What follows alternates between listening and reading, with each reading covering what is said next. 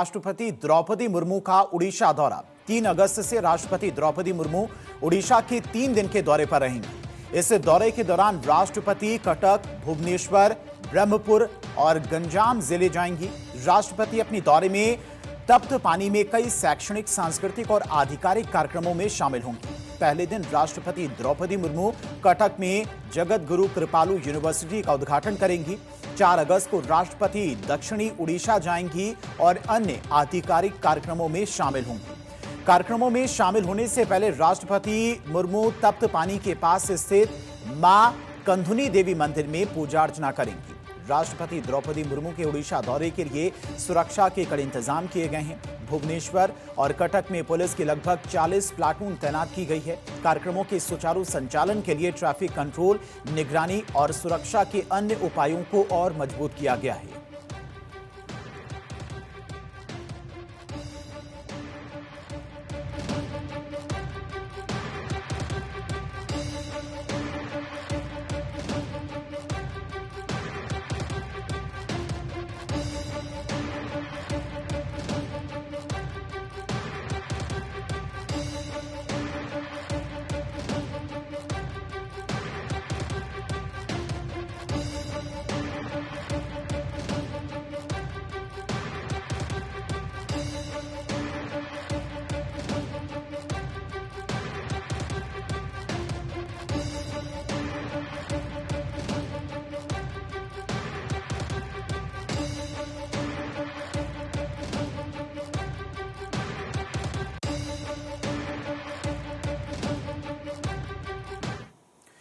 तीन अगस्त को लोकसभा और राज्यसभा की कार्यवाही। लोकसभा और राज्यसभा की कार्यवाही 3 अगस्त को सुबह 11 बजे से शुरू होगी।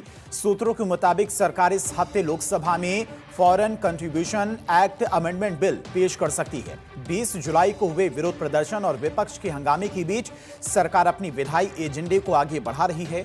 आने वाले हफ्ते के लिए सरकार के एजेंडे में registration of birth and deaths bill 2026 पर विचार और उसे पारित करना है। साथ ही सुप्रीम कोर्ट नंबर ऑफ जजेस अमेंडमेंट बिल 2026 पर चर्चा करने का एजेंडा भी शामिल है।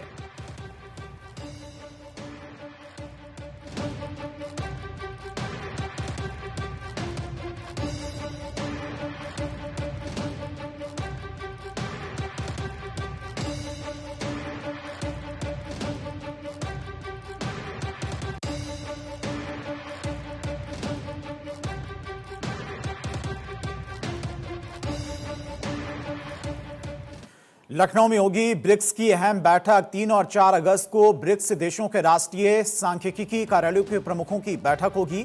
भारत की अध्यक्षता में उत्तर प्रदेश के लखनऊ में इस बैठक का आयोजन किया जा रहा है। भारत की ब्रिक्स अध्यक्षता सृजनशीलता, नवाचार और सहयोग और स्थिरता के लिए निर्माण के व्यापक विषय द्वारा निर्देशित है। ब्रिक्स सांख्यिकी ट्रैक के अंतर्गत भारत ने परिवर्तन के प्रेरक के रूप में गुणवत्तापूर्ण सांख्यिकी विषय को अपनाया है। ये डेटा की गुणवत्ता, नवाचार, प्रभावी प्रसार और जन केंद्रित सांख्यिकी प्रणालियों के लिए अटूट प्रतिबद्धता को दर्शाता है।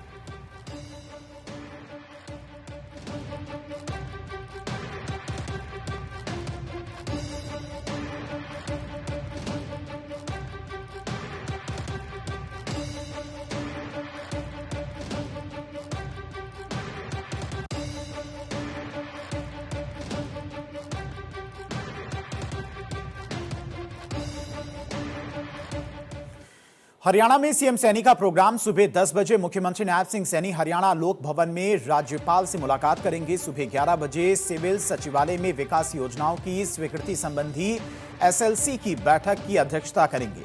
दोपहर 1 बजे रोहतक रेवाड़ी रेलवे लाइन पर एकीकृत आरओबी एंड आरयूबी निर्माण को लेकर राज्य वित्त समिति की बैठक करेंगे। दोपहर 3 बजे लोक निर्माण विभाग के एनहांसमेंट मामलों पर कैबिनेट उप समिति की बैठक की अध्यक्षता करेंगे। शाम 4 बजे फीडिंग इंडिया, रुद्र फाउंडेशन और हेल्थ केयर के प्रस्तावों पर चर्चा करेंगे। शाम 4:30 बजे श्राइन बोर्डों की समीक्षा बैठक और शाम 6 बजे आईएसएफ प्रतिनिधि मंडल से संत कबीर कुटीर में मुलाकात करेंगे।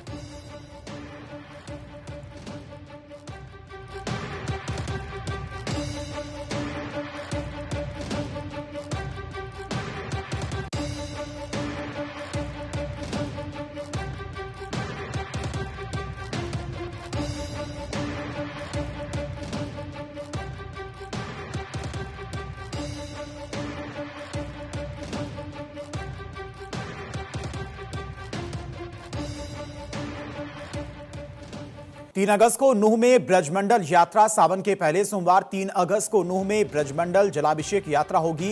ब्रजमंडल जलाभिषेक यात्रा के लिए पुलिस और प्रशासन अलर्ट मोड में है। शहर में 800 पुलिसकर्मी, 7 बाहरी कंपनियां और 10 डीएसपी सुरक्षा संभालेंगी। यात्रा को शांतिपूर्ण और सुरक्षित ढंग से कराने के लिए व्यापक सुरक्षा व्यवस्था की गई है। नूह के पुलिस अधीक्षक डॉक्टर अर्पित जैन ने बताया कि सुरक्षा में कोई भी चूक नहीं छोड़ी जाएगी। सुरक्षा के लिए शहर के चप्पे चप्पे पर पुलिस बल की तैनाती रहेगी।